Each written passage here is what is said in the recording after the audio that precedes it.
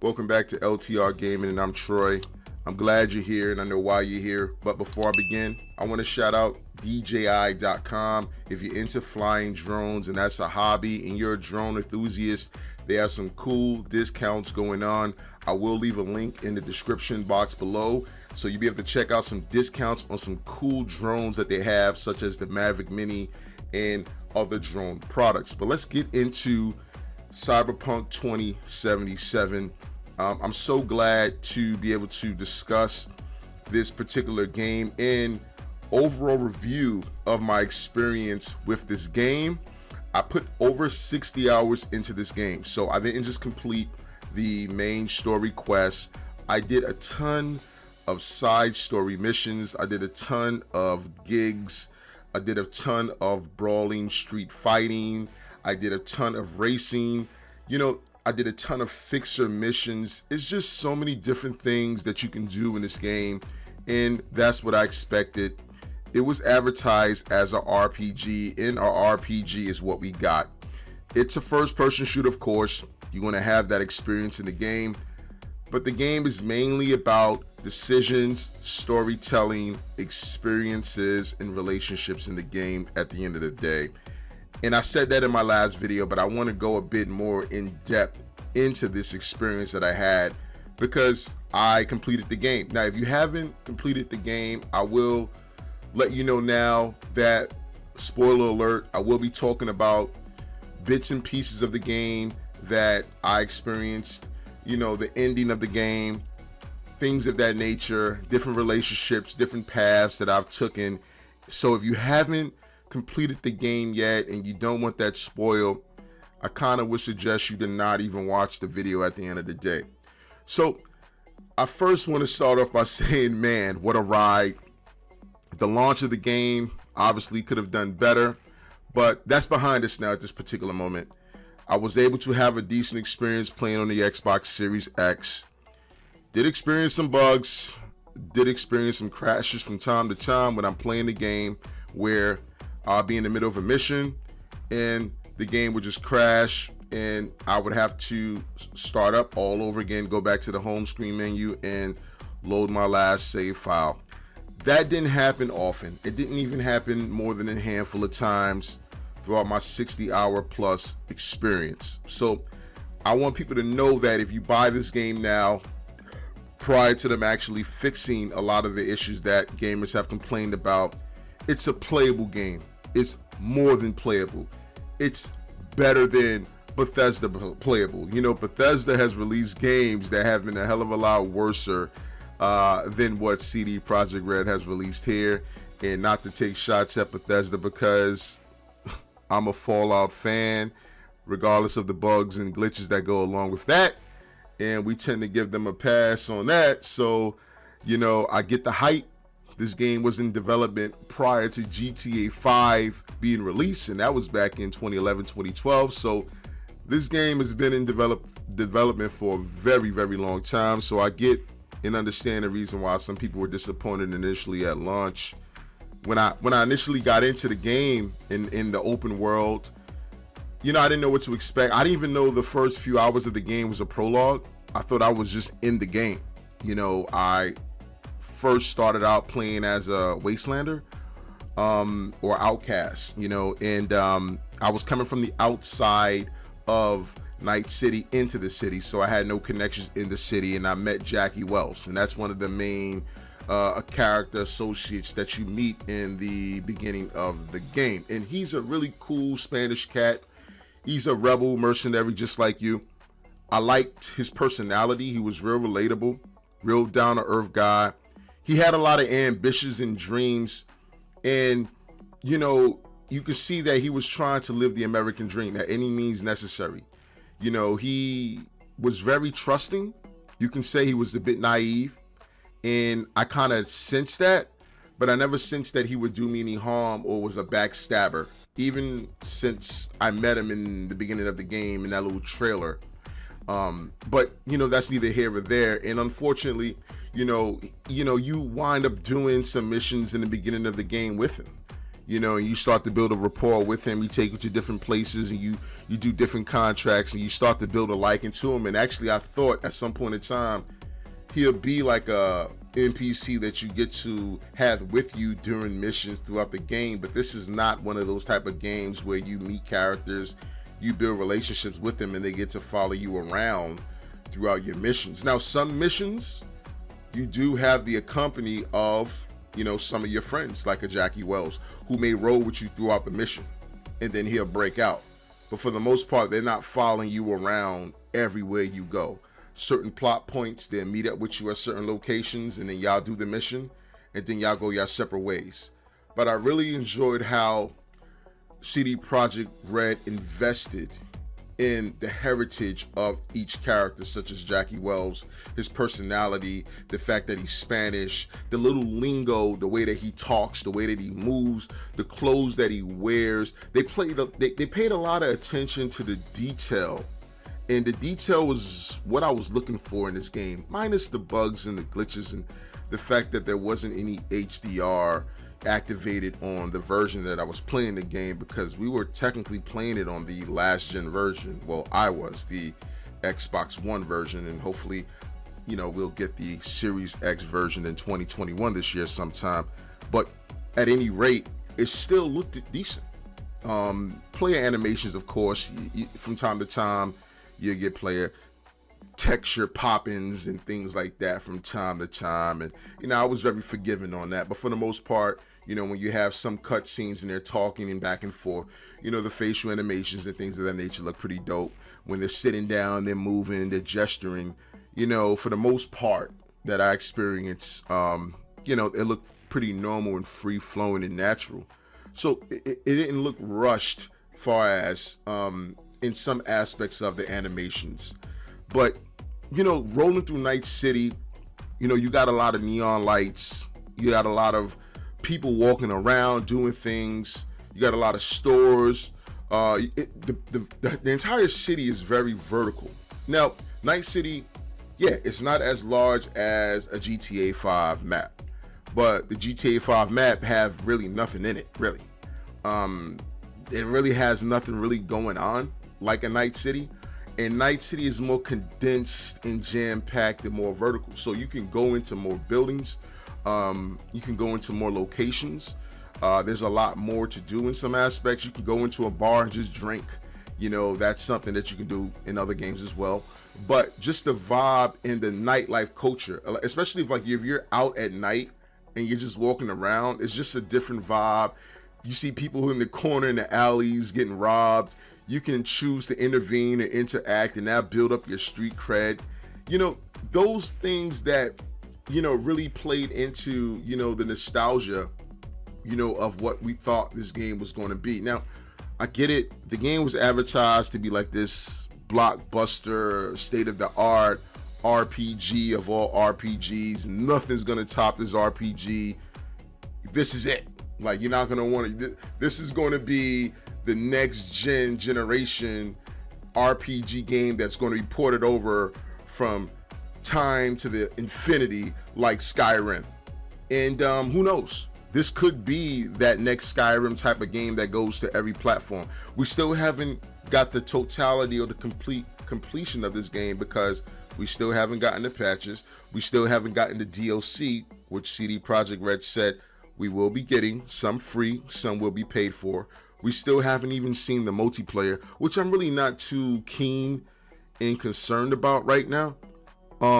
Just because the single player experience and the story, it's so great that I don't think this game really warrants a multiplayer experience, because I don't really want to play a multiplayer Cyberpunk game.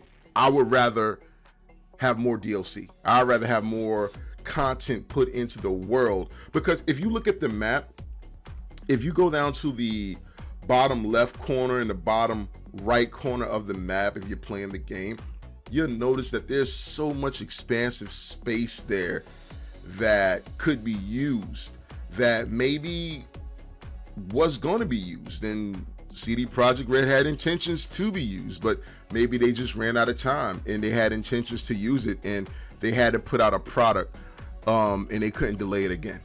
I would have preferred that they delayed this product in, giving us something more than what they've gotten. Because I was thinking that we were going to get 120-hour, 150-hour RPG game that you can just get lost in and be playing forever, like a Skyrim, right? Like Skyrim, like the quests just continue to just keep generating over and over again. The game just seemed like it just never ends. You just keep leveling up. And I thought it was going to be somewhat on the grounds of that, but that's not the case here. But I just think that the future is just boundless when it comes to what you can do and add to this game. Again, characters, man, I was trying to play it cool. I wasn't trying to be a dickhead in this game. I was trying to roll with Johnny Silverhand. I wasn't trying to be too much of a pain in the ass. I would do what he would want me to do because I wanted to see what his ending looked like. So most of the time when he would like give me hints, like if we were going to an Arasaka building and we were talking to an Arasaka affiliate, and he'd be like, yo, don't tell them this, or hey, go, don't do that, or hey, don't trust this person. And then when I would get the option to not trust them or not to do something, then I would do it because I would want to see, what the ending would look like, because I would want to be more favorable and work with him. And, I kind of just start to take a liking to Johnny Silverhand. Some people didn't really like the acting that they got from Keanu Reeves. Some people said that he was kind of bland and kind of, at the end of the day, that he didn't really do a good job as far as the audio is concerned. And I thought he was fine. I thought it was passable. I've heard worse. But I really like the backstory. I kind of wish that we would have gotten more. And I kind of wish that I could have customized my V to the point where I could have gotten that metal arm that he'd gotten in the game. Like I kind of dig that whole cyberpunk look that he had. That was kind of dope. Even though I was playing as a black character, I still kind of wanted the hair that he had, because I just like that hair that he had, but I wanted that metal arm. And then at some point in time, I did get his gun, and his gun is badass. Like one of the best revolvers in the game, but that's for downline in the video. But his story and his companionship and the fact that you'll be going through the world, and while you're doing missions, he'll pop up in any general location or area, and he'll give you hints, he'll give you heads up, he'll give his opinions, he'll give his 2 cents. And I kind of dig that. I kind of thought that was kind of neat that, you were able to get that perspective and understanding from him. And, that, you didn't feel like you were alone in this world. He was literally your subconscious, and he kind of literally guided you when you were kind of not sure of people that, you were encountering. And I kind of dig that, you know what I mean? Because it's a doggy dog world in Night City. So Johnny Silverhand was a great character that I really enjoyed. Pan Am, oh man, I really enjoyed Pan Am. Again, the character animations in this game is sick. Like, she's beautiful. Like, and I understand it's a video game, but they made her beautiful. You know what I mean? Like, and I already knew when I first met Pan Am, and if you know who Pan Am is, you know who she is, then you've played the game long enough to get to her. I did a ton of Wastelander missions with her, got her truck back, help her clan out. And she was kind of playing cat and mouse and playing coy with me for a while. So I couldn't even, really build a relationship with her as far as a physical one with her till I did enough things. And eventually we did. And then, at the end of the game, she always wanted me to just leave Night City and go with her clan and be with her and be happy. And for whatever particular reason, that's all I really wanted too at some point in time in the game, because just building that rapport and relationship with her, she was just really down with me and down for me. And, this game in a lot of areas, it kind of mirrored, and follow me now if you play this game that I'm about to mention. In this aspect, it mirrored the relationship experiences in the way you cared about them in Mass Effect. If you played, now listen, Mass Effect 1 to 3. After that, I don't know. But if you play Mass Effect 1 to 3, those 3 games, you've built a rapport with all of those characters in the game. So from game 1 to game 3, you know the majority of those characters that you have on your ship as your squad mates, and you've done missions with them to build your loyalty. You've probably had relationships with 1 or 2 of those characters throughout those 3 games, and you start to care for them. You start to be concerned with them. You start to see what their interests are, what their goals are, what their aspirations are, and it makes you feel invested in wanting to do for them and want to ensure that they succeed and that they get every due just that they want. And many games and RPGs can't really pull that out of you nowadays. You know, I've played a ton of RPGs in my lifetime, and especially recently, and very few did that. Like the last RPG that I've played was Horizon Zero Dawn for the PS4, and that game did that with Alloy. She made me feel that way, like, yo, I really care about this shit. You know what I mean? Like many RPGs, they're good, but they don't build that emotional connection to you that make you want to keep coming back for more. And this game made me want to keep progressing, made me want to keep continuing listening closely and experiencing different dialogues with different people and questioning different things. Like when I met Judy for the first time, you know, in that strip club, you know, and she was doing that BD, you know, project or gig for me. I didn't have any expectations of what she was about. I just thought she was like a tech head that looked cool and had like this, you know, computer geek, hardcore chick personality, which she did. And I was like, I'm not really going to bond with her. Like, I'll do a mission with her, and then I'm not really working with her anyway. And then as the game went on and we had those experiences, and a close friend of hers was kidnapped, and we had to find her close friend, and then her close friend committed suicide, and then we started working together and doing missions together, and then I tried to get her right so that she can get her life together. And then, you know, we had this opportunity to then experience this intimate moment where we're underwater scuba diving this city that was just you know, sunken by this dam. I mean, it's just the experiences in Cyberpunk 2077. I tell people all the time, like, you know, it's cool to play video games, but at this point in time, life is imitating art in some games. And if you look closely enough, you'll be able to see it. If you look closely enough in Cyberpunk 2077, you'll be able to see life in video games. And it's scary because this is software. So imagine if we put software into material things. And I understand now what Elon Musk was talking about. We need to be careful as human beings. We need to be really concerned, because Elon Musk said something very concerning a couple of years ago. He said, what happens when in the Sims game, they start thinking for themselves in the game? And I know that might sound a little trippy because this is a Cyberpunk review, breakdown, in-game spoiler, me just sharing my experiences. But playing this game just made me just have that, you know, thinking like, damn, like if this is where we at with video games and the storytelling, and this is software, imagine what we'll be able to apply this software to material things. Now, also the weaponry, the looting in the game. The looting in the game is great. You're going to get a ton of loot, a ton of clothes.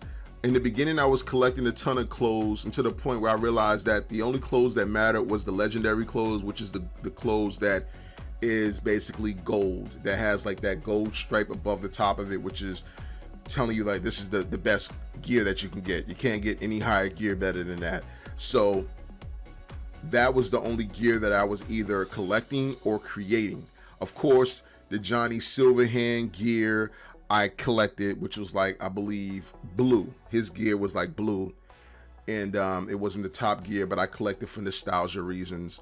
I was also able to collect Johnny Silverhand's gun and his vehicle. There's a mission where you have to figure out what happened to him, and you go with Rogue, who is like a side piece that Johnny Silverhand used to deal with, but he used to deal with a lot of women in this game.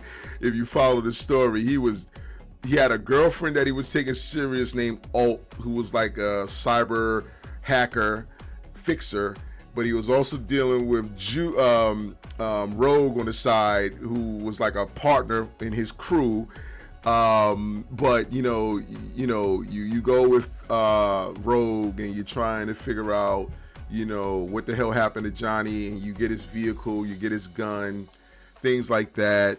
So you get to experience a lot of his memories. What's really cool is that there's a time where you get to meet up with some of Johnny Silverhand's old bandmates and stuff like that. You go to a couple of his old bandmates' houses, do a couple of missions for them, play the guitar.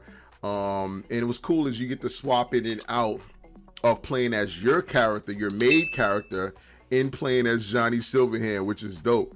I like the back and forth, and you're switching characters by taking a pill. And now, listen, it's not whenever you want to do it. Obviously, it's scripted when that happens, but you do control the actual characters when it does happen.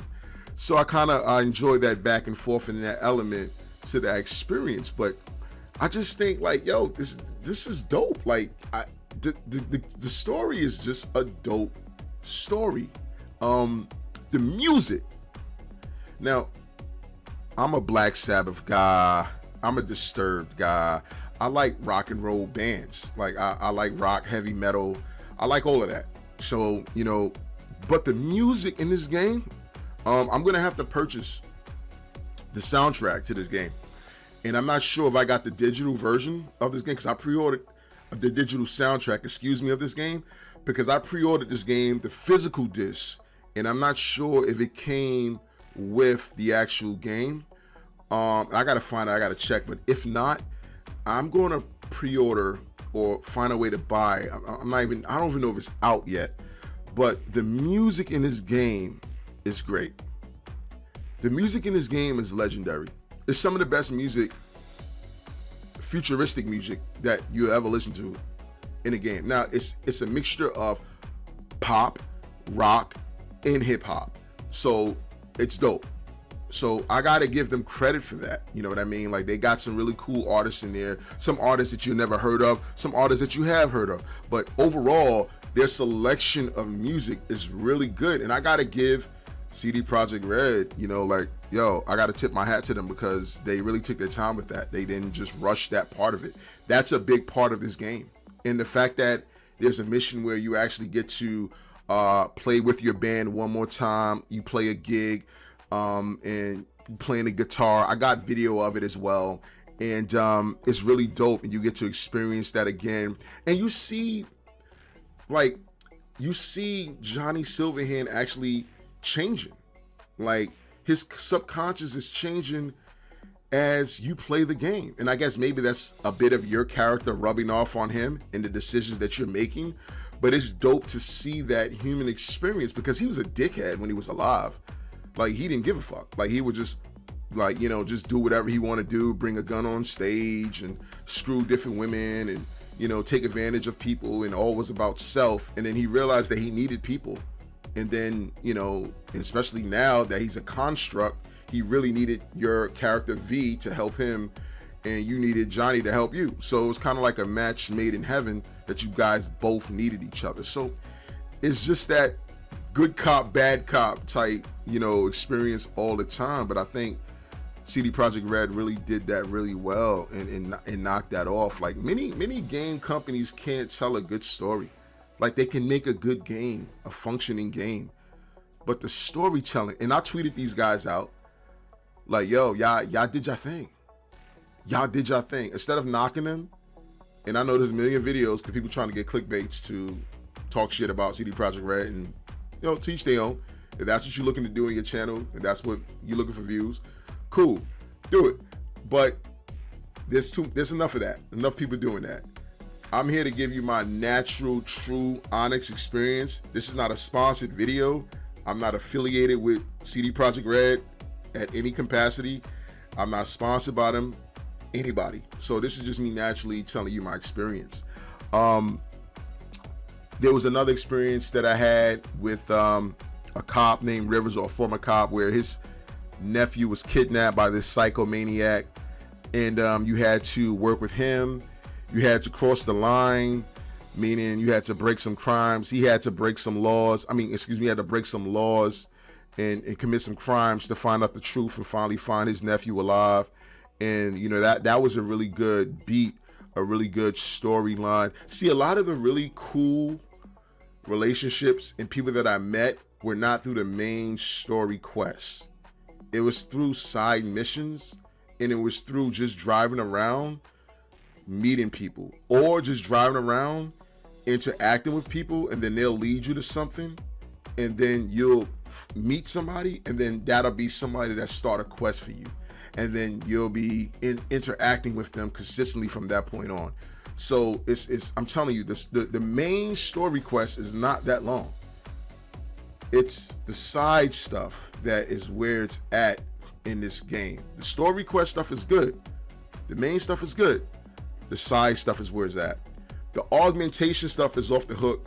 I got a chance to play with the Mantis Blaze. I got a chance to, what else I got a chance to do? I got a chance to play with the augmentations of having the rockets shoot out of your arm instead of having the grenades in your hand. I got a chance to play with that wire. That was dope. And I got a chance to play with the gorilla arms as the augmentations. So that was pretty good as well. I believe I upgraded my cyber deck to like the legendary cyber deck to where you can get so many different cyber hacks and things of that nature. And you know, it's really dope. The crafting in this game, you can craft whatever you want in this game, as long as you level different abilities up to be able to craft them. You'll be able to craft whatever you want, or you can just find them in the world. But even if you find certain things in the world, you still have to be at a certain level in particular abilities to be able to use those things. So you might find a gun that's legendary, but if you're not leveled up enough in that certain ability that warrants you to operate that weapon, like smart weaponry or smart tech, you're not going to be able to use that weapon, so it's pointless. So you'll be carrying around a weapon that you can't use, and it might be legendary. So I like the fact that they put that in the game. So you can't just pick up weapons and just use them even though you're not proficient in them. See, the game works like this. The more you use certain abilities, the more you use certain guns, the more proficient you become in them. And I like that. It reminds me of, again, how Skyrim did things. The more you use fire, the more proficient you came at destruction. The more you use healing, the more you became at curing yourself. So I like the fact that that's real world. The more you do things, the more proficient you become at it. So I really enjoyed that experience. And you know, the ending, my ending, so I sided with Johnny Silverhand the entire way. I decided to use Johnny and Rogue at the end game to figure out how to cure V. So spoiler alert, I decided to go into the Arasaka building and go into the mainframe, access the mainframe computer, which is underneath Arasaka Towers. So we had to basically fight our way in to the building, me, Rogue, and another one of her affiliates. And we fought our way in, and we fought Smasher. And Smasher is the big cybernetic guy who's made of all robotic components and augmentations, who killed Johnny Silverhand, as you can see in the beginning of the game. So you get to fight Smasher again, but unfortunately along the way, Rogue dies. And I was kind of bummed out because prior to that mission, Johnny was trying to win Rogue over again. He took her like to a movie theater, and he tried to, you know, smooth things over with her. She wasn't having it. And, you know, he kind of like used the fact that, you know, she kind of sold his team out, you know what I mean, when he died, to have a decent life. And she owed him one. So the last mission she did for him as a favor. But if you did that mission, if you did it the way that I did, if you peep game before you're getting your gear to do that last mission with Rogue, to go into Arasaka Towers, if you're at her club, before you leave, she gets a phone call And as you're entering, or no, actually, as you're leaving behind the bar, you hear Rogue say, "I love you" to someone on the phone. And then Johnny's like, "Who's that?" And she's like, "Hey, that's my son." And Johnny didn't even know she had a son. And the fact that Smasher kills her in that last fight, it kind of messed me up because I didn't. But if you notice, like, as you guys are entering Arasaka building and you guys are killing things and, you know, doing your thing, when you enter the elevator, she's leaning up against the wall. And if you look at her, she knows, it looked like she knows that she's about to die. It looked like she knows that this is the end, that there's no coming back from it. And it kind of messed me up to see Smasher kill her. And then that just kind of took me over the top. And I was like, oh, no, you got to die.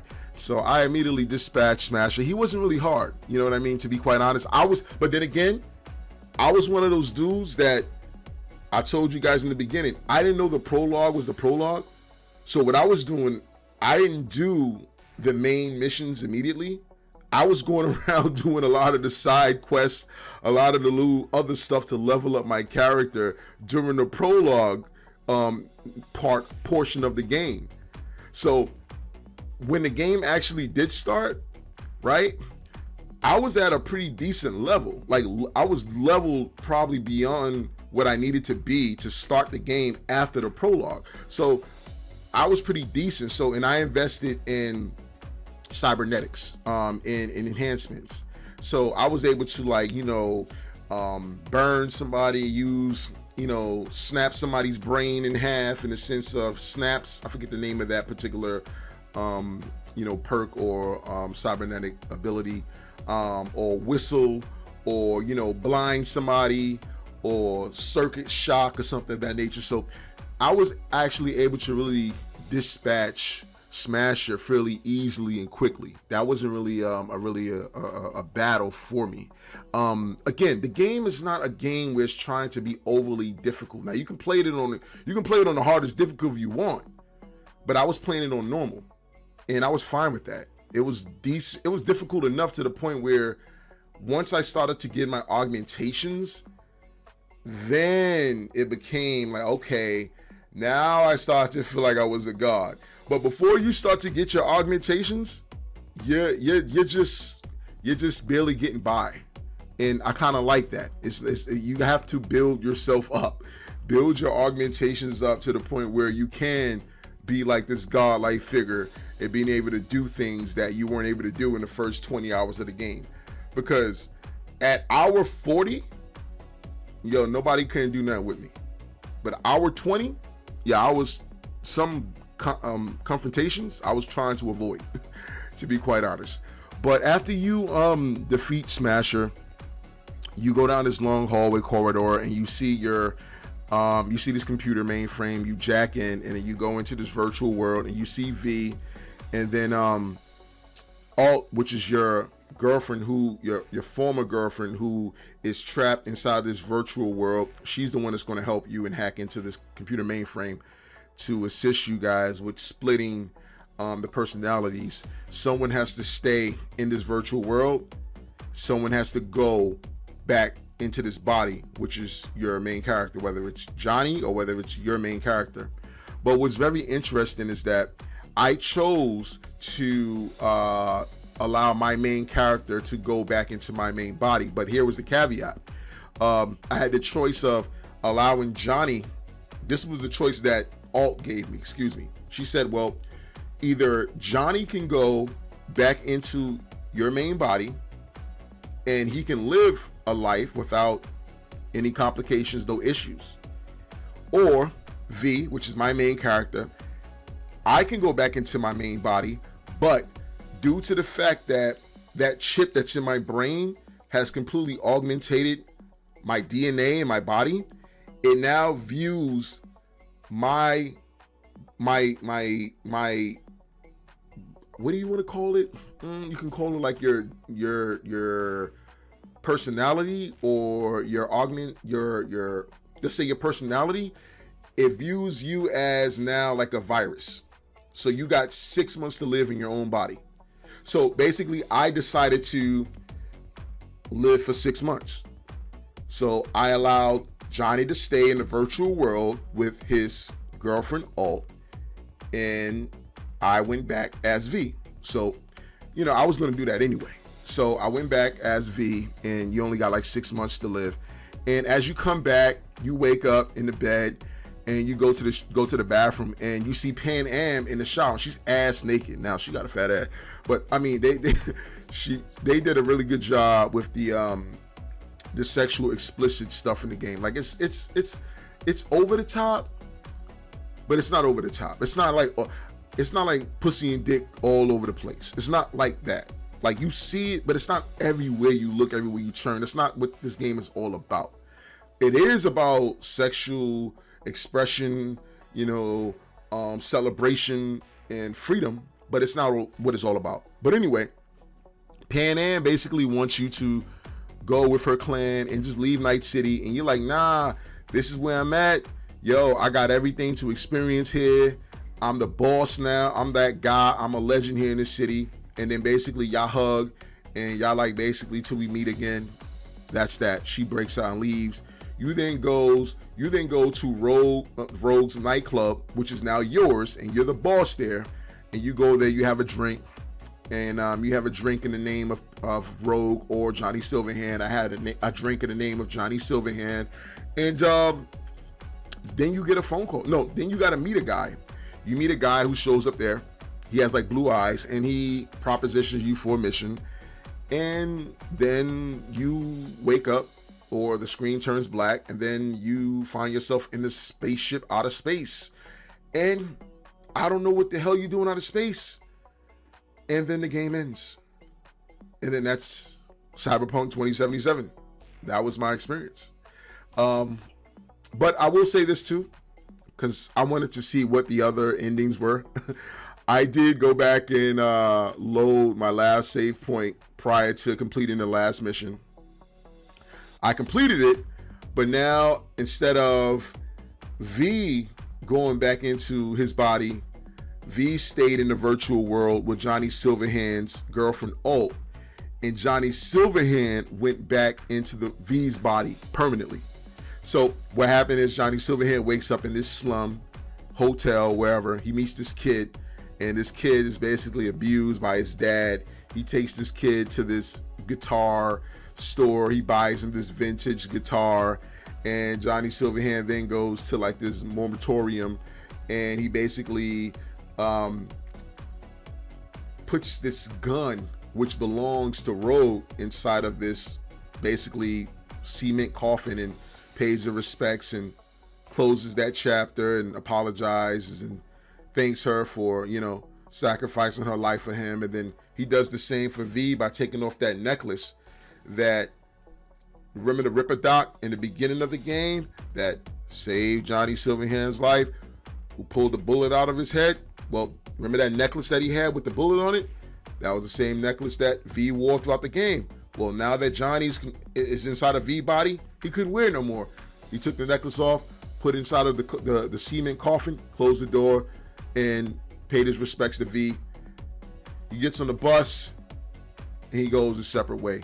So that was the Johnny Silverhand ending. I know there's other endings because you could have gotten help from Arasaka. You could have gotten, so I know there's other endings, and I haven't experienced those yet. Maybe I will at some point in time and go back and check those out. But listen, man, that's my personal experience with Cyberpunk 2077. I know I said a handful, a mouthful, I'll say that. And listen, those were what I thought. Those were my honest opinions, my honest experience of someone who actually played the game, not somebody that looked at someone's YouTube channel or looked at the headline trending topics on Cyberpunk 2077 and is going to form their opinion from that. No, over 60 hours at this point into the game, you know what I mean? And probably will at some point in time go back into it and play it again. Maybe once they put out that Series X version of the game, just to see how they graphically updated the game. Maybe it looks different, maybe it doesn't. But I said all of that to say this, man. Give this game a shot. See what it's about. It might not be for you, at the end of the day. But if you like well-written, story-driven RPGs that don't cut corners when it comes to telling stories. This is it. This is it. With a few technical issues, with some shortcomings in some areas. There is a patch coming. If you can look beyond those things and still enjoy this game for what it is, guaranteed, this game is not worth $60. It's worth more than $60 if you're able to look past the small glitches and things of that nature and the shortcomings. If you're playing it on the Xbox Series X and the PS5 and PC. I haven't played it for the Xbox One. I haven't played it on the PS4. But I've seen and I've heard that it's very hard to play on those consoles. So if you're playing it on those consoles, you're probably going to have an even worse experience. Probably not be for you. But if you have the Xbox Series X, PS5, and PC, yo, give it a shot. Anyway, guys, this is LTR Gaming. Don't forget to like and subscribe and share the video. Peace.